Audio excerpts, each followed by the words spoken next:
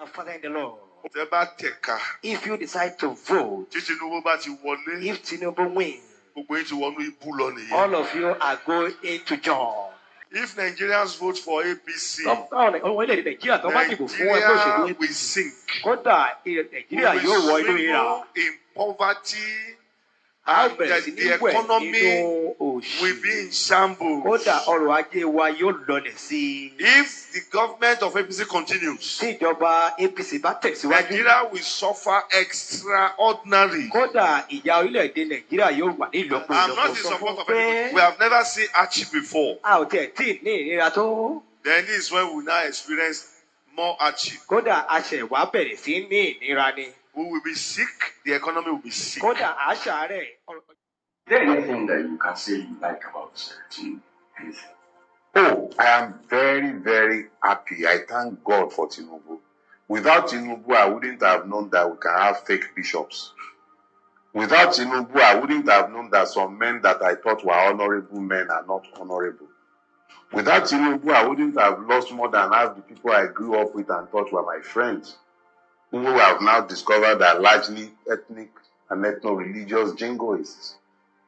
And they are not just Yorubas, some Igbos are among them, and some Hausas as well. I'm talking about friends across the length and breadth of Nigeria. Tinubu has been very good at unveiling the true nature of people. So all the horrible people who have been busy protesting to be men of God, one can see them clearer. That's because of Tinubu. If Tinubu were to be a man whose evil was ambiguous, if it was possible to say maybe he's not bad, it would have been very easy for them to continue pontificating and sounding like men of God. But the fact that the man is so unrepentantly and clearly evil, and they have found accommodation for him, and they are the ones excusing the evil, explaining the evil, looking to normalize the evil, they don't even mind taking off their own garments of honor to cloak a filthy felon. Tinubu can only be thanked, though. I thank God for Tinubu. Without Tinubu, I wouldn't know the things I know today. Some people I thought were men. In fact, some people I thought were gods. They've been revealed to be men. Just men. Just men. So Tinubu has been a very good thing for this country. Excellent thing. How would we have known how useless our judiciary is if it wasn't for Tinubu? Tinubu has been a fantastic blessing to Nigeria. So now we know that some men who used to pontificate about honesty does not matter to them. Men who used to talk about citizenship, freedom, electoral rights, it doesn't matter to them. Now we know. If it wasn't for Tinubu, how would I know? Some men would have gone to their graves with honor if it wasn't for Tinubu. Do you know how many people Tinubu has turned naked? No, I am thankful for Tinubu. Whether Nigerians should be compensating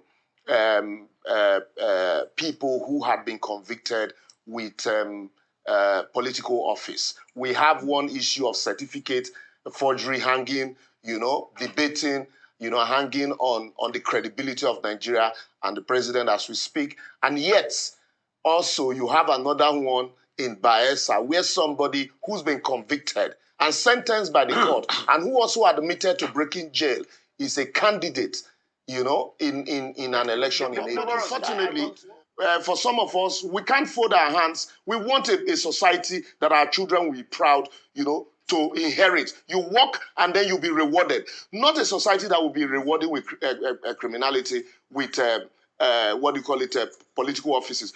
The implication of that is that you're telling people who have the capacity to carry arms that are not carrying arms that criminality pays. That all you need to do, even if you are convicted, that you will be compensated. It is already bad enough that The man dies in he who keeps quiet in the face of tyranny. Oloshoyinka.